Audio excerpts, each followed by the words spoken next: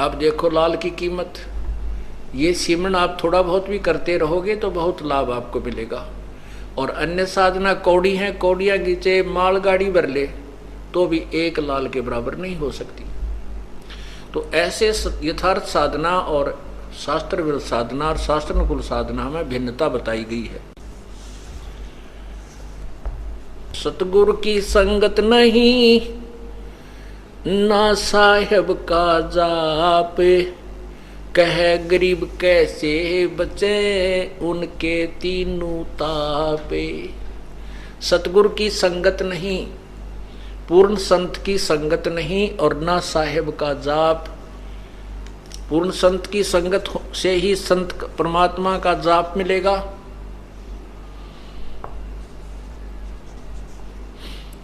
और कह गरीब कैसे मिटे जिनके तीनों ताप, जिनकी विधिवत साधना है नहीं, परम संत मिला नहीं, तो उनके ऊपर आने वाले कष्ट वो तीन ताप के अंतर्गत जो आपको दुख होते हैं, हानि होती है, कोई बच्चा बीमार होता है, स्वयं बीमार होते हो, या कोई जंतर मंत्र कर देता है, वो आपके कैसे बचेंगे। सतगुरु की संगत नहीं और ना साहेब का जाप। जाप माने यथार्थ भक्ति, हो सांस का सिमरन। कह गरीब कैसे बचे तीन से तीनों जिनके तीनों ताप। तो उनको तीन ताप का कष्ट कैसे दूर होगा जिनके पास यथार्थ साधना नहीं है।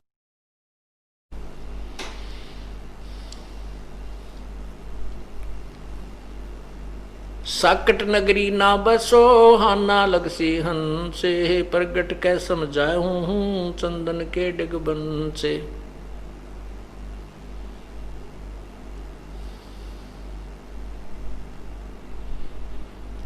कहते हैं चतुराई चूल्हे पड़ो और चारों वेद बटम्बे, साकट सगा ना बैठियो आको लगे न अम्बे। क्या बताते हैं कि हमने जो घिसा पिटा ज्ञान समझ रखा था, सुन रखा था, और उसमें चतुर बने बैठे थे, अन्य शिष्य भी बना रखे थे बहुत ज्यादा। परमात्मा कहते हैं कि जो पुण्यात्मा होगा, जो बुद्धिमान व्यक्ति संत होगा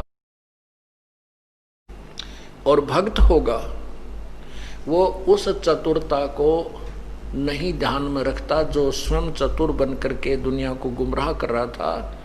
और सच्चा मार्ग जब मिल जाता है तो क्या कहते हैं, चतुराई चूल्हे पढ़ो ये चारों वेद बिटम्बे। चारों वेदों में भी पूर्ण ज्ञान नहीं है, इनकम्प्लीट नॉलेज है।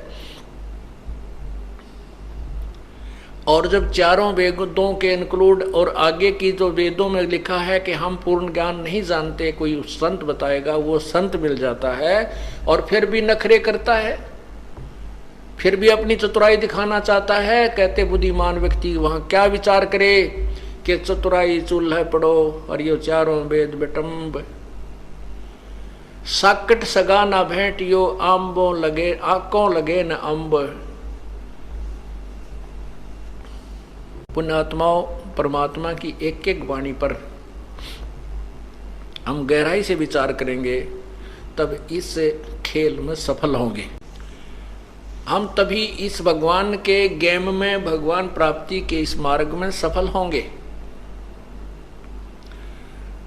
क्या बताते हैं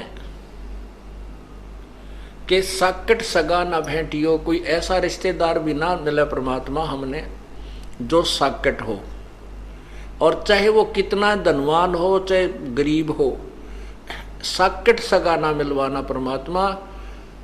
आंख के आम नहीं लगते, आंख के पौधे के आम नहीं लगते, डोडे लगते। रत्न जड़ाऊ मंदिर है लखियो जन उस्थाने, साकट सगा ना भेंटियो चाहे हो इंद्र समाने।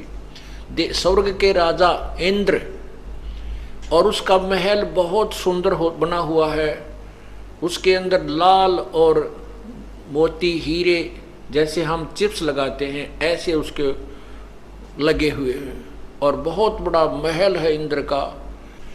कहते हैं हमारा रिश्तेदार जो भगवान से विमुख है परमात्मा में जिसकी रुचि नहीं है उसका चाहे लाख योजन में का तो उसके पास मकान हो, स्थान हो लाख योजन, 1 योजन 4 कोस का, और 1 कोस 3 किलोमीटर की, 1 योजन 12 किलोमीटर का, 12 लाख किलोमीटर में कह उसका महल बनाओ, इतना उसके पास स्थान हो।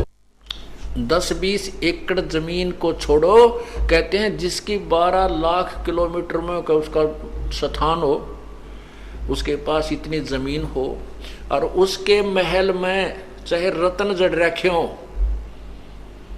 और साकट सगा न भेंटियो, चाहे हो इंद्र समान। हमने वो गरीब रिश्तेदार हमारा अच्छा है जो परमात्मा विश्वास रखता है, क्योंकि हम यदि किसी पैसे वाले या किसी अच्छी पोस्ट वाले रिश्तेदार से हमारा संपर्क हो जाता है तो फिर ये कुदरती बात है, उसके प्रभाव से वो रिश्तेदार प्रभावित रहता है। उधर से फिर जो जाने वाले, हमारी लड़की मान लिया हमने लड़की ब्याह दी ऐसे साकेट कहे तो बच्चे का जीवन बर्बाद कर दिया, उस दन्ने के फूकेंगे जब लड़की पार ना हुई तो अब फिर अगले जन्म में ना जाने किस पशुचूनी में जाएगी बेचारी। 2 रोटी दाता ने देनी है, 2 रोटी बालक ने खानी है, 1 चारपाई पर सोना है, बस बाकी तो कितना स्थान हो यूजलेस है। इन बातों को हमने ध्यान में रखना है, तभी हम इस मार्ग में सफल होंगे। और उस बड़े घर की लड़की मारे गरीब का आगी वह टेकन देना, ना भक्ति करे ना करण दे, ना वह गेल चले, ना भक्ति को सुहाव उसने, क्योंकि उसके पाप इतने कर्म बिगड़ जाते हैं। उसमें अभिमान अपने बाप का, उस पूर्ण धन का होता है। तो परमात्मा कहते हैं एक रत्न जड़ाऊ मंदिर है, मंदिर कहते हैं महल को, मकान को, और लख योजन स्थान, साकट सगा ना भेंटियो, चाहे हो इंद्र समान।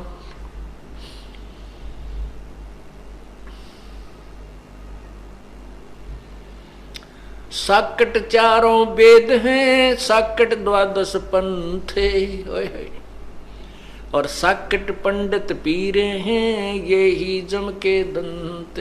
साकट 4 वेद हैं, क्योंकि जिनमें कंप्लीट नॉलेज नहीं है वो भ्रमित कर रहे हैं तो वो हमारे जीवन से के लिए सफल नहीं है।